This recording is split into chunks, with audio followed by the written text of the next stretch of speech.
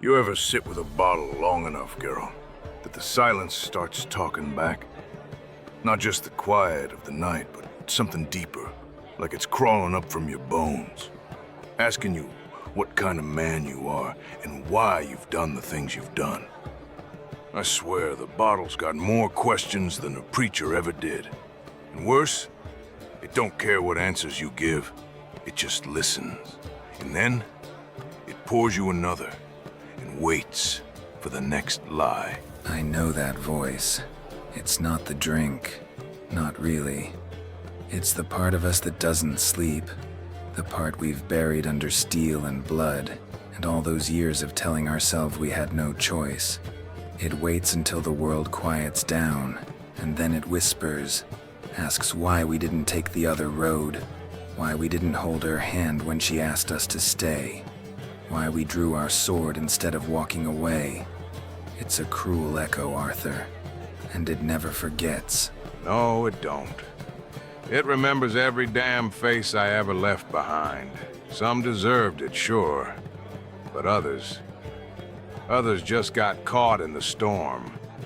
I used to think I was protecting people by standing in front of the fire, taking the blame, taking the shot, taking the fall. But hell, turns out sometimes you're the storm. And by the time you realize it, the people you cared about are already gone, and all that's left is your own damn shadow following you like a noose. You talk like a man who's starting to see the truth. That's rare. Most people go their whole lives swinging a sword or pulling a trigger, thinking they're right just because they believe hard enough. But belief is easy. It's knowing what it costs that's hard. I've taken contracts thinking I was saving villages, only to find out I left behind orphans and widows. And for what? A handful of crowns and a reputation? You start asking yourself if it was worth it. And suddenly that monster you slew starts looking a little more human than the man in the mirror. Ain't that the damn truth? I rode with Dutch for years. Years thinking we were building something better. Thought we were taking from the rich to give the poor some taste of freedom. But freedom with a gun in your back ain't worth much. And Dutch, he changed. Or maybe he didn't. Maybe he was always like that, and I just refused to see it. Loyalty blinded me. Made me forget that we all got a line we ain't supposed to cross. And now I can't tell if I crossed it or if I was born on the wrong side of it. That's the kind of reckoning most men run from. But you're staring it in the face, and that counts for something. We're not saints, you and I. We've killed, lied, and watched good people fall because we didn't act fast enough.